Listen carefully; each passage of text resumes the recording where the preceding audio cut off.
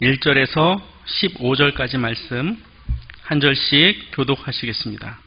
1절 제가 읽겠습니다. 그 후에 예수께서 디베라 호수에서 또 제자들에게 자기를 나타내셨으니 나타내신 일은 이러하니라.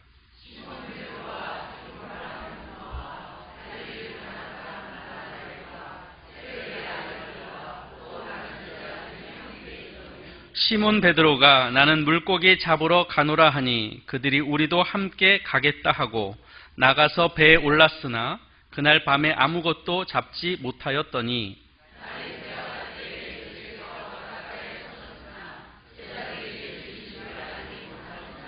예수께서 이르시되 얘들아 너희에게 고기가 있느냐 대답하되 없나이다.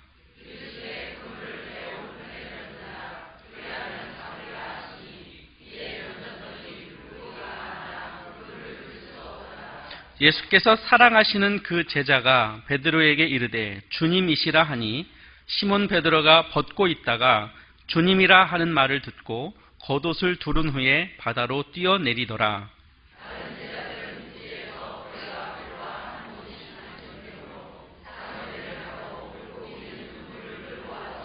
육지에 올라보니 숯불이 있는데 그 위에 생선이 놓였고 떡도 있더라. 시몬 베드로가 올라가서 그물을 육지에 끌어올리니 가득히 찬 큰 물고기가 153마리라 이같이 많으나 그물이 찢어지지 아니하였더라.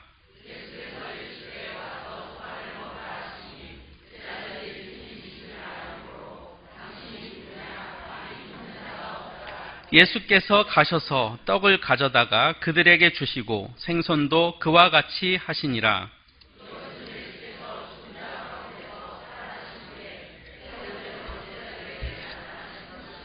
같이 읽습니다. 그들이 조반 먹은 후에 예수께서 시몬 베드로에게 이르시되 요한의 아들 시몬아 네가 이 사람들보다 나를 더 사랑하느냐 하시니 이르되 주님 그러하나이다. 내가 주님을 사랑하는 줄 주님께서 아시나이다. 이르시되 내 어린 양을 먹이라 하시고. 아멘. 오늘 본문 14절에 예수님께서 제자들에게 나타나신 일이 세 번째였다. 그렇게 기록하고 있죠. 20장에 이미 예수님께서 부활하신 모습을 제자들에게 2번 보이신 일이 있었습니다. 예수님께서 로마 군인에게 잡히시고 십자가에서 죽으셨어요. 죽으시고 무덤에 머물러 있으셨죠. 그리고 부활하셨습니다. 그 과정에서 제자들은 그동안 자기가 믿고 따랐던 선생님, 그분을 잃고 난 뒤에 여러 두려움 가운데 사로잡혀 있었습니다. 어쩌면 우리도 예수님과 같이 그런 모함을 받아서 죽을 수도 있구나. 자칫 잘못하면 우리도 어느 한순간에 죽음으로 다 내몰릴 수도 있구나. 우리가 선생님을 그렇게 따랐는데 선생님의 저런 모습을 보니까 우리 인생도 예측할 수 없는 상황이 되겠구나. 자신의 리더를 잃은 공동체는 그 앞길에 대하여 막막하였을 것입니다. 또 어떤 일도 손에 잡히지 않았겠죠. 예수님을 믿고 따랐던 시간이 3년입니다. 모든 것을 다 버려두고 전적으로 예수님을 따라다녔습니다. 그러던 자기들의 선생님이었고 자기들의 리더였던 예수님을 잃고 난 뒤에 그들은 요즘 말로 멘붕이 되었겠죠. 목적을 잃었을 겁니다. 자기들이 어떻게 가야 하는지 그 가야 할 길도 잊어버렸을 겁니다. 방향성도 놓쳤겠죠. 바로 그때 예수님께서 부활하셨죠. 그리고 제자들에게 자신의 모습을 보이셨습니다. 20장 19절 말씀에 이렇게 기록합니다. 이날 곧 안식 후 첫날 저녁 때에 제자들이 유대인들을 두려워하여 모인 곳에 문들을 닫았더니 예수께서 가운데 서서 이르시되 너희에게 평강이 있을지어다. 21절 너희에게 평강이 있을지어다. 아버지께서 나를 보내신 것 같이 나도 너희를 보내노라. 그리고 22절 성령을 받으라. 두려움에 가득 차 있는 제자들을 향하여 두려워하지 말고 평안하여라. 성령을 받으라. 무기력함 가운데 있는 제자들에게 가장 시급한 말이 무엇인지, 그들을 위로하고 격려해야 될 예수님께서 그들이 어떤 상황에 놓여 있는지 정확하게 진단을 하셨고, 예수님은 적절한 표현으로 제자들을 위로하셨죠. 이것이 예수님께서 제자들에게 나타나신 첫 번째 사건입니다. 두 번째 사건은요, 예수님이 부활하신 뒤에 8일 뒤라고 기록이 되고 있는데 도마에게 나타나신 사건입니다. 예수님께서 부활하셨을 때 많은 제자들이 있었는데 그 12제자들 중에 도마만 그 자리에 없었던가 봅니다. 그래서 도마는 부활하신 예수님을 믿지 못하였죠. 그래서 예수님께서 친히 도마에게 자신의 부활하신 모습을 보여주셨습니다. 그리고 20장 27절에 이렇게 말씀합니다. 내 손가락을 이리 내밀어 내 손을 보고 내 손을 내밀어 내 옆구리에 넣어보라. 그리하여 믿음 없는 자가 되지 말고 믿는 자가 되라. 그 말을 들은 도마는 아주 놀라운 신앙 고백을 합니다. 나는 나의 주님이시요 나의 하나님입니다. 그렇게 고백하죠. 이 고백은 베드로가 마태복음 16장 16절에서 고백했던 주는 그리스도시요 살아계신 하나님의 아들입니다 라고 고백한 것과 거의 동급에 해당되는 예수님에 대한 분명한 신앙 고백이었죠. 예수님을 자신의 주라고 고백했고, 구약의 시대부터 지금까지 이스라엘을 이끄시고 사랑하신 그 하나님이 예수 그리스도였다라고 고백한 아주 놀라운 고백이었습니다. 이것이 제자들에게 보이신 예수님의 부활하신 두 번째 나타나심이었죠. 그런데요, 그렇게 예수님께서 죽음을 이기시고 부활한 모습으로 제자들에게 보여주셨음에도 불구하고 오늘 본문에 나타나는 제자들의 모습은 너무나도 초라한 모습으로 우리에게 다가오고 있습니다. 그들은 예수님의 부활을 목격한 사람이었죠. 그럼에도 그들은 오늘 본문에서 21장 시작하는 부분에 밤이 되어서 베드로가 배를 타고 물고기를 잡으러 가는 모습으로 보여주고 있습니다. 그날 밤에 베드로와 그의 사람들이 배를 띄워서 물고기를 잡으러 가는데요. 7명이었다고 성경은 기록하고 있습니다. 그게 누구냐면 수제자 베드로, 도마, 가나 사람 나다나엘, 세베대의 아들들 야고보와 요한, 그리고 이름이 등장하지 않는 2명의 제자들, 총 7명이 그 자리에 있었습니다. 이것은 원래 계획되어 있었던 물고기 잡이가 아니었어요. 베드로가 가고자 했고 주변에 있는 사람들이 베드로에게 너 뭐 하러 가니? 라고 했을 때 베드로가 나 물고기 잡으러 가. 그렇게 이야기하니까 그럼 우리도 같이 가. 뭐 이렇게 된 사건이죠. 그런데요, 오늘 우리에게 등장하는 이 7명의 제자들은 원래 물고기를 잡으러 가면은 안 되는 사람들이었어요. 왜 그런가? 그들은 이미 예수님의 부활을 목격한 사람이었어요. 부활의 증인들이었죠. 이제는 더 이상 그들이 두려움 가운데 떨 필요가 없습니다.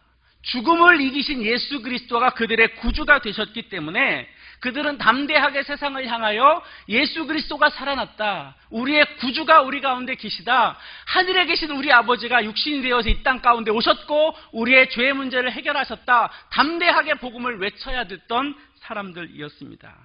도마는 또 어떻습니까? 바로 우리가 좀 전에 봤던 것처럼 예수님을 향하여 나의 주, 나의 하나님입니다라고 분명한 고백을 했던 사람입니다.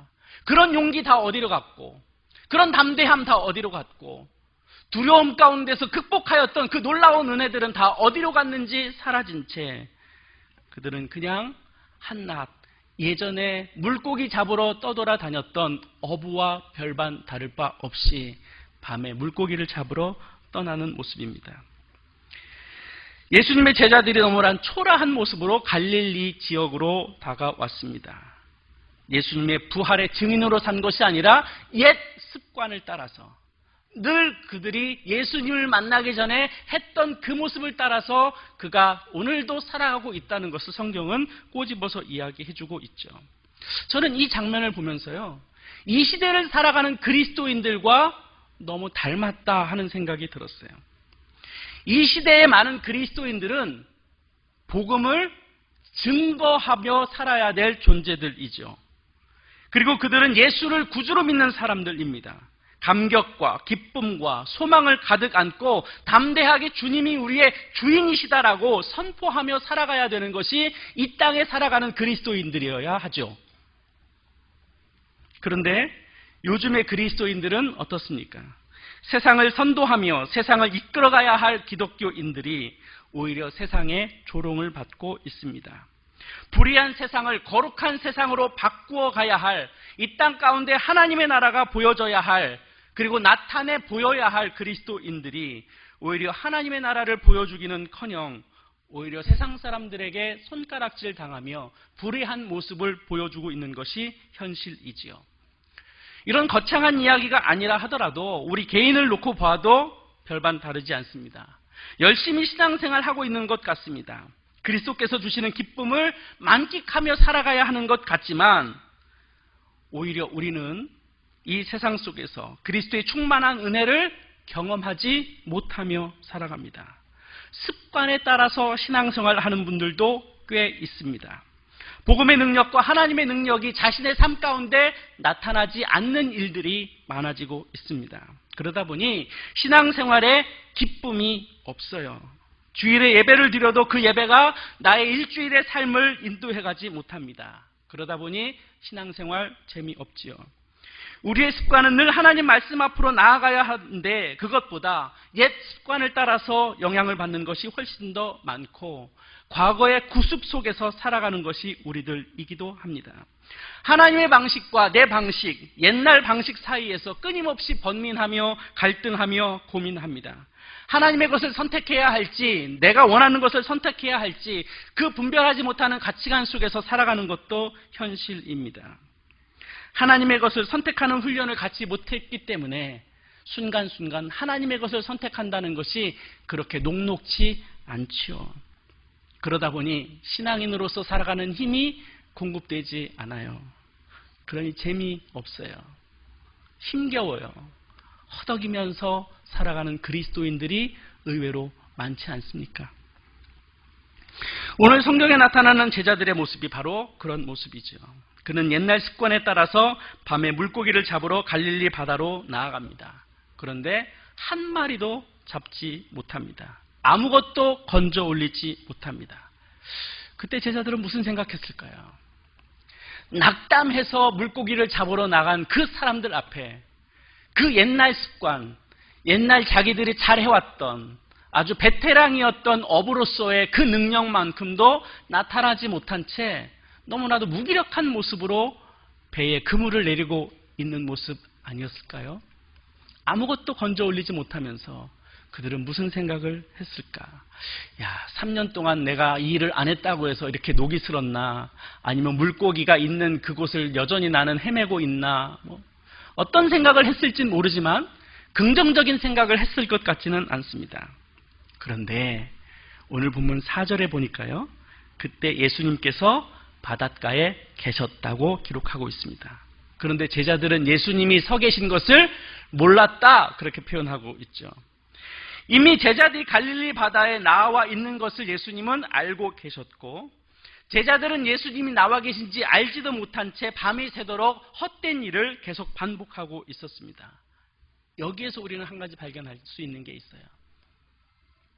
예수님께서 제자들을 향하여 제자들이 예수님에 대하여 마음이 있는지 없는지 상관없이 예수님의 제자들이 어떤 일에 집중을 하고 있는지 상관없이 우리 주님은 당신의 제자들에게 온통 마음과 관심을 쏟고 계셨다는 겁니다. 제자들이 엉뚱한 생각을 했을지 몰라도 하지 말아야 할 행동을 하고 있을 때에도 예수님은 여전히 제자들을 사랑하셨고 제자들을 보고 계셨고 그의 필요가 무엇인지에 대하여 우리 주님은 관심을 가지고 계셨습니다. 이것이 주님께서 제자들을 향한 한없는 사랑, 그의 마음이었죠. 동일하게도 이 마음은 우리를 향한 주님의 마음과도 똑같을 거라고 저는 생각합니다. 예수님은 언제나 우리의 모습을 보고 계시고 우리에 대하여 관심을 가지고 계세요. 새벽이 되어갈 때 예수님이 제자들에게 질문합니다. 고기 좀 잡았느냐? 제자들이 대답합니다. 아무것도 잡지 못했습니다. 그러자 예수님께서 한마디 더 하십니다. 그물을 오른편에 내려라. 그랬더니 물고기가 엄청 많이 잡혔죠.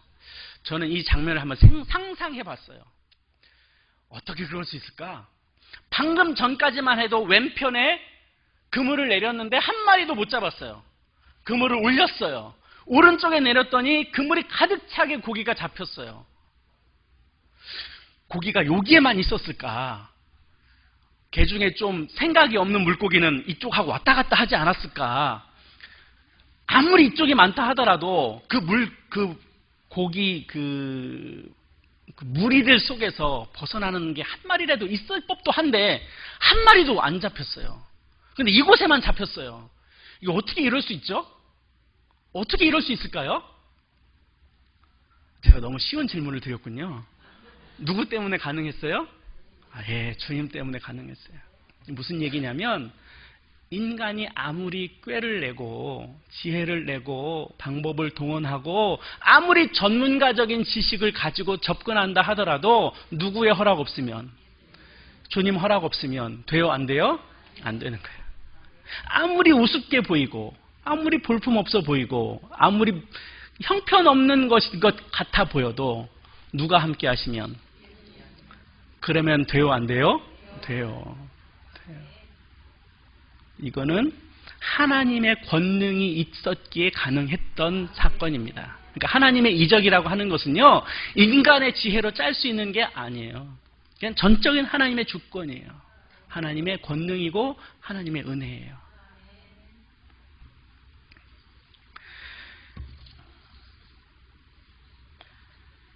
그래서 우리는 하나님의 은혜 없으면 살 수 없어요. 살 수 없는데 너무 많은 사람이 그렇게 살아요. 그래서 힘이 없는 거예요. 그래서 우리의 삶에 복음의 능력이 나타나지 않는 거죠. 우리가 이 땅에서 충만하게 기쁨 넘치게 살 수 있는 그 비결은 어디에 있어요? 주님 손에 있어요. 그분을 우리가 잘 모셔야 돼요. 그분의 생각을 잘 따라가야 되고 그분의 지혜인데요. 요한이 그 상황을 정확하게 알았어요. 아하, 주님이다. 저렇게 말씀하시는 분이 주님이구나 라고 하는 것을 요한이 이야기해요. 그러니까 이 성질 급한 베드로가 벗고 있다가 후다닥 옷을 입고 바닷속으로 첨벙 뛰어서 예수님에게로 다가가고 있는 거죠. 이미 그때 예수님은 제자들을 위해서 식사를 준비하고 계셨어요. 그러면서 말씀하세요. 너희가 지금 생선을 가져오너라. 그리고 아침 먹자. 그때 성경은 12절에서 이렇게 기록하고 있습니다. 굉장히 중요한 말씀입니다. 12절 말씀 보세요. 제자들이 주님이신 줄 아는 거로 당신이 누구냐 감히 묻는 자가 없더라. 이 상황을 좀 이해하셔야 돼요. 예수님인 줄 알았어요. 그리고 예수님과 함께 식탁의 교제를 갖고 있었어요. 그러니까 예수님인 줄 뻔히 다 제자들이 알고 있었다는 얘기예요. 그런데 기쁨 넘치는 식사의 자리가 되어야 되는데 그 식탁의 자리가 어떤 자리가 되었느냐면 침묵의 자리가 된 거예요. 아무도 얘기하는 사람이 없어요. 예수님 앞에서 누구 하나 말을 거는 사람도 없고 예수님도 아무 말씀하고 있지 않으셨어요. 그렇게 식사를 하고 있었어요. 무슨 생각을 하면서 식사를 하고 있었을까요? 그들은 예수님인 줄 알기 때문에 아무 말도 하지 못하는 예수님의 제자들은 어떤 심정이었을까요? 베드로, 예수님이 잡히시던 그날 밤 마지막 만찬을 하고 예수님께서 말씀을 하시죠. 네가 나를 3번 부인하리라. 그때 베드로가 이야기합니다. 내가 죽을지언정 나는 주님을 배반하지 않겠습니다. 결과는 어때요? 3번 부인하고 예수님을 십자가에 못 박는데 무기력한 모습으로 수제자가 예수님의 돌아가시는 모습을 멀리서 바라보고만 있었어요. 세베대의 아들들 야고보와 요한, 그 사람들은 어때요? 그의 어머니가 예수님에게 와서 우리 아들들이 장차 당신이 왕자에 오르실 때 오른편 왼편에 앉게 해주세요. 예수님께서 말씀하셨어요. 네가 오해하였다. 내가 지금 가고자 하는 길은 세상의 힘이 아니야. 고난의 잔이야. 그것 깨닫지 못하는 이 세베대의 아들들의 어머니, 괜찮아요. 예수님 가시는 그곳에 왼편 오른편 앉게 해주세요. 그렇게 자신 있게 외쳤던 사람이에요. 그런데 결정적인 순간에 이들은 예수님 곁에 없었어요. 가낫 사람 나다나엘, 요한복음 1장에 보면요, 예수님께서 나다나엘을 향하여 칭찬하세요. 내 속에 간사한 것이 없다. 내 마음은 진짜구나. 네가 하나님 앞에서 성결하게 살았구나. 그렇게 칭찬받았던 사람이에요. 예수님의 제자가 되었어요. 그런데 그렇게 순결하고 그렇게 하나님 앞에서 정직하게 살았던 그 나다나엘도 예수님의 부활을 목격했음에도 불구하고 지금 이 자리에서 물고기를 잡으러 나왔어요. 도마는 어때요? 바로 조금 전에 나의 주, 나의 하나님입니다. 예수님께서 부활하신 모습을 목격했음에도 불구하고 오늘도 너무 초라한 모습으로 그가 하나님 앞에서, 주님 앞에서 담대하게 산 것이 아니라 옛 습관에 따라서 물고기를 잡으러 왔잖아요. 그들은 모두 주님 앞에서 자기의 연약함과 자기의 죄와 자기의 부족한 것들이 생각이 났을 거예요. 그래서 예수님에게 아무 말도 할 수 없어요. 감히 주님 앞에서 부인하고 버리고 도망치고 예수님하고 상관없이 자기 목숨 구하고자 그렇게 도망 다녔던 제자들이 살아계신 주님 앞에 감히 무슨 말을 하겠어요? 그 상황에서 제가 예수님이라면요 이랬을 것 같아요. 베드로, 너 일로 와봐. 너 나 부인하지 않는다며. 네가 그럴 수 있어? 네가 목숨을 버려도 나를 지키겠다고 말하고서 너 왜 나 버렸어? 그리고 너 나 부활한 모습 봤잖아. 근데 네가 지금 여기 왜 있어? 너는 내 옆에 있어야지. 복음을 전하는 자리에 있어야지. 네가 여기 있으면 되겠어? 세베대의 아들들 야고보와 요한, 마지막까지 네가 내 오른편 왼편에 앉겠다며. 너 지금 뭐 하고 있는 거야? 이래서 되는 거야? 내가 너희들을 믿었는데 지금 이 꼴이 뭐야? 나다나엘, 내가 너를 보면서 참 네 속에 간사한 것이 없다고 내가 알았는데 네가 지금 이러고 있다는 게 말이 돼? 도마야, 너는 대단해. 내가 부활한 모습을 보여줬잖아. 손에 난 못자국, 창자국 다 보여줬잖아. 그리고서 너는 고백했잖아. 내가 너의 주님이라며. 근데 너 지금 여기 왜 와 있는 거야? 네가 이래선 되는 거야? 어떻게 네가 이럴 수 있어? 라고 했었을 것 같아요. 저 같으면. 주님은 근데 아무 말씀 안 하세요. 그리고 나서 식사를 다 마치신 후에 예수님께서 제자들에게, 물론 베드로에게 그렇게 질문합니다. 네가 나를 사랑하느냐? 요한의 아들 시몬아, 네가 이 사람들보다 나를 더 사랑하느냐? 그때 베드로가 예, 그렇습니다. 그렇게 고백하고 있죠. 그랬더니 예수님께서 내 양을 먹이라 그렇게 사명을 주셨어요. 예수님께서 제자들에게 첫 번째로 하신 그 말씀이 책망과 저주와 심판과 화와 그런 어떤 말씀이 아니라 예수님께서 아주 독특한 방식으로 제자들과 대화를 시작해요. 너무 뜬금없는 대화 같아요. 네가 나를 사랑하니? 그런 질문이 나올 타이밍이 분명 아닌데 예수님은 너는 나를 지금 사랑하니? 라고 물었어요. 왜 이렇게 물었을까? 예수님께서 제자들에게 네가 나를 사랑하니? 라고 한 그 질문의 시제는 현재입니다. 현재형으로 되어 있어요. 이 시제가 중요한데요. 예수님께서 제자들을 향하여 질문하는 그것이 지금 너가 나를 사랑하니? 물었어요. 근데 지금 제자들은 무엇 때문에 예수님 앞에 아무 말도 못하고 있어요? 자기가 지은 죄 때문에. 예수 그리스도를 버린 죄, 과거에 주님을 따르지 못했던 죄, 예수님 앞에서 호언장담했던 그런 연약한 죄. 제자들은요, 예수님 앞에서 다 제각기 자기의 과거에 지은 죄 때문에 아무 말도 못하고 있는데 예수님은 제자들에게 과거에 대해서 물으시는 게 아니라 지금 네가 나를 사랑하니라고 물으시는 거예요. 여기는 중요한 의미가 담겨져 있어요. 예수님은요, 우리의 과거를 물어보는 순간 어느 누구도 구원받을 수 없다는 걸 아셔요. 우리의 과거의 모습을 들여다놓고 보면 어느 누구도 주님 앞에 담대히 설 수 있는 영혼은 한 사람도 없어요. 구원받을 수 있는 영혼 아무것도 없어요. 그래서 주님은 과거에 묻지 않으시는 거예요. 과거 너가 잘못했지? 그래. 그런데 지금 중요한 건 지금 네가 나를 사랑하니? 지금 너는 나를 따를 준비가 되어 있니? 과거에 지은 거 말고, 과거에 잘못했던 거 말고 지금 너의 마음을 나에게 보여줘. 네가 지금 나에게 너의 마음을 보여주니 그러면 나는 너를 통하여 나의 영광을 나타낼 거야. 너 나 사랑하니? 그러면 그것으로 충분해. 나는 너의 과거에 대하여 관심 없어. 그건 이미 지나간 거야. 지금부터 나는 너와 언제나 함께 할 거야. 그리고 너에게 나의 일을 맡길 거야. 낙심하지 마. 걱정하지 마. 두려워하지 마. 염려하지 마. 그리고 포기하지 마.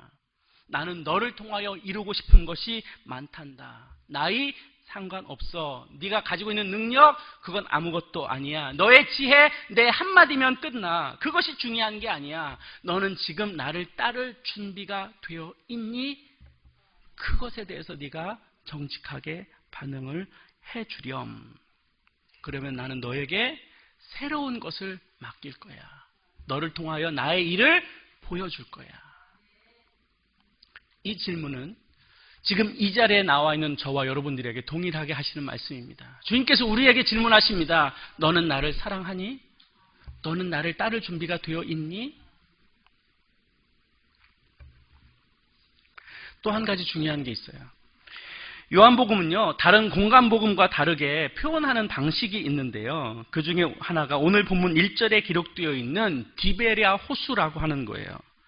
이 디베랴 호수는요, 공간복음에는 갈릴리 호수, 갈릴리 바다 혹은 게네사렛 호수 이런 말로 표현되어 있어요.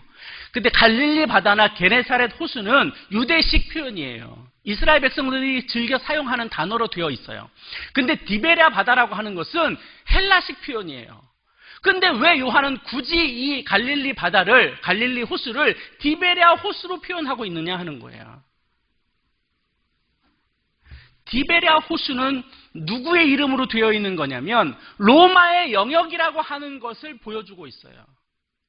로마가 통치하는 세상 가운데 있는 하나의 호수인 거예요. 로마가 지배하는 나라 가운데 있는 호수. 로마가 지배한다라는 뜻은 뭐냐면 로마의 전통적인 사고가 영향력을 미치고 있는 세상을 이야기해요. 그 당시는 다 로마의 세상이죠. 로마의 세상은 다 누구 거예요? 황제의 거예요. 이것은 제가 이미 한번 여러분들에게 말씀을 드린 바가 있습니다. 황제가 지배하는 세상이라고 하는 것을 요한은 디베랴 호수라는 표현으로 사용되고 있는 거예요. 황제의 세상이 어떤 겁니까? 로마의 세상이 어떤 겁니까? 힘이 있어야 이기는 세상입니다. 더 좋은 것을 갖기 위해 다른 사람을 억압하는 것이 그 세상입니다. 물질이면 다 통하는 세상, 만문이즘이 세상을 지배하는 그런 로마의 세상을 말하고 있는 거예요. 황제의 통치가 있는 것을 이야기해요. 우리는 그 한가운데 살아가고 있다는 거예요. 그런 세상 속에서 살아가는 것이 얼마나 고되고 힘든지 이미 우리는 다 그 경험자들 아니겠습니까? 이 세상 속에서 그리스도인으로 살아간다는 게 쉬워요, 어려워요? 신앙생활하는 것이 시간이 가면 갈수록 쉬울까요, 어려울까요? 어르신 세대가 살아셨던 그 세대보다 지금 이 시대는 신앙생활하는 것이 훨씬 더 어려운 세대가 되었어요. 주일날 예배 한번 지키는 것이 점점 어려운 세상이 되었어요. 신기하죠? 요즘은 주일날 회사로 부르는 일들이 많이 없어졌어요. 그런데 왜 이 시대는 점점 교회에 많은 사람들이 안 올까요? 해야 될 일이 너무 많아요. 교회 말고 관여해야 될 일들이 너무 많아요, 주일에. 이 가운데 우리 30대, 40대 계신 분이 얼마나 계신지 모르겠어요. 그분들을 안 오셨다고 해서 책망하는 말씀을 드리려고 하는 게 아니에요. 그만큼 신앙생활 하는 것이 어려운 세상이 되었다는 걸 말씀을 드리는 거예요. 가면 갈수록 어려워져요. 핍박은 없지만 신앙생활 하는 것이 점점 어려운 세상이 되어버렸어요. 그 가운데 우리는 살아가고 있어요. 로마의 세상, 황금 만능주의가 판치는 세상, 황제의 논리로 살아갈 수밖에 없는 그 세상 한가운데 그리스도인이 있어요. 그 속에서 살아갈 수밖에 없는 우리들을 향해서 주님은 우리에게 물으시는 거예요. 그래도 네가 나를 사랑하니? 세상은 점점 어려워지고 있어요. 예수 믿는다는 것이 쉽지 않아요. 황금 만능주의를 우리가 떨쳐내고 살 수가 없어요. 그럴 때 그럼에도 불구하고 지금 너는 나를 사랑하니? 주님이 우리에게 그걸 물으시는 거예요. 그럴 때 우리의 대답은 분명해야 돼요. 그거 놓치면요, 우리는 아무것도 남지 않습니다. 우리가 어떻게 구원을 받게 되었는지 기억해 보십시오. 말씀을 통해서 우리의 과거를 묻지 않으시는 주님 앞에 주님께서 우리에게 사랑의 관계를 다시 맺자고 다가오셨어요. 디베랴 바다 한가운데 허우적거리며 아무것도 건지지 못한 채 수고하고 애쓰며 살아가는 우리들을 바라보시는 그 주님의 눈빛을 우리는 볼 수 있어야 돼요. 우리 주님이 우리를 바라보시면서 즐거워하실까요? 쌤통이다 그러실까요? 그놈 봐라 그러실까요? 거봐 너 안 되지 그런 마음이실까요? 어떤 마음이실까요? 주님께서 아무것도 건져 올리지 못하는 제자들을 향하여 뭐 좀 잡았니? 라고 하는 그 음성, 그리고 이미 주님의 권능으로 예비해 놓고 계셨던 그 사랑, 그리고 아무런 식사 준비도 하지 못한 채 밤이 맞도록 물고기를 잡고 돌아오는 제자들을 향하여 미리 식사를 준비하시고 떡과 생선을 준비하고 계셨던 그 주님의 마음을 우리를 향한 마음 아니겠습니까? 그 마음으로 우리를 부르시는 거예요. 얘야, 너 나 사랑하니? 예, 그렇습니다. 그 한마디면 된다는 거 아니에요. 그러면 다시 사명을 주시잖아요. 다시 용기를 주시잖아요. 다시 우리로 하여금 당신의 뜻을 주시잖아요. 담대하게 이 세상을 선도하며 복음으로 선언하며 나갈 수 있도록 힘과 담력과 능력을 우리에게 주시잖아요. 하나님의 성령이 우리 가운데 임하시잖아요. 그것을 우리가 보았다면, 믿는다면 우리는 그렇게 고백해야 돼요. 주님이 우리에게 다시 묻습니다. 얘야, 너는 지금 나를 사랑하니? 과거에 사랑했던 것 말고, 과거에 네가 나에게 얼마나 열심을 품었던 거 그거 다 지나갔어. 네가 과거에 얼마나 많은 허물과 죄 속에서 살았는지 나 알아. 하지만 그거 다 지나갔어. 괜찮아. 지금 내가 너에게 다시 물어. 지금 너는 나를 사랑하니? 지금 너는 나를 따를 준비가 되어 있니? 그때 우리의 고백은 분명해야 돼요. 비록 우리의 삶의 목표가 잃었을지 몰라도, 우리의 방향성을 잃어버렸을지 몰라도, 우리의 소망이 다 사라졌을지 몰라도 그 무기력한 모습 가운데 허우적거리며 살아갈 수밖에 없는 우리를 향하여 주님은 다시 오셨어요. 그래서 다시 물으십니다. 그럴 때 믿음으로 고백할 수 있었으면 좋겠습니다. 주님과 우리의 그 사랑의 관계 끊을 수 없는, 우리는 주님을 버릴지언정 주님은 결단코 우리에게서 당신의 눈을 떼어보신 적이 없는 그 사랑의 확증 앞에서 우리는 겸손하게 믿음으로 반응만 한다면 그 하나님의 놀라우신 역사가 우리를 통하여 드러나게 될 것입니다. 다시 한번 우리가 기억할 수 있었으면 좋겠습니다. 너는 나를 사랑하니. 기도하겠습니다. 좋으신 하나님, 우리는 부족합니다. 이 세상 가운데 허우적거리며 살 수밖에 없는 저희들입니다. 만문이즘이 판치고 황제의 논리가 판치고 황금 만능주의가 판치는 이 세상 속에서 겨우겨우 살아갈 수밖에 없는 저희들입니다. 그런 저희들을 친히 찾아오셔서 필요한 것들을 예비하시고 우리들에게 식사를 제공하시며 우리를 따뜻하게 맞이하여 주시는 그 주님의 사랑, 다시 한번 그 주님의 사랑 앞에 우리의 믿음을 고백합니다. 주님, 내가 주님을 사랑합니다. 주님을 따르겠습니다. 그럴 때 주께서 우리에게 소명을 주시고 다시 비전을 주시고 꿈을 주시는 것을 우리는 믿습니다. 믿음으로 오늘을 살아가게 하여 주옵소서. 세상에 짖지 않게 하여 주시고 성령의 권능으로 담대하게 이 세상을 살아가며 선도하며 복음을 선언하며 나아가는 저희 모두 되게 하여 주옵소서. 예수님 이름으로 기도하옵나이다. 아멘.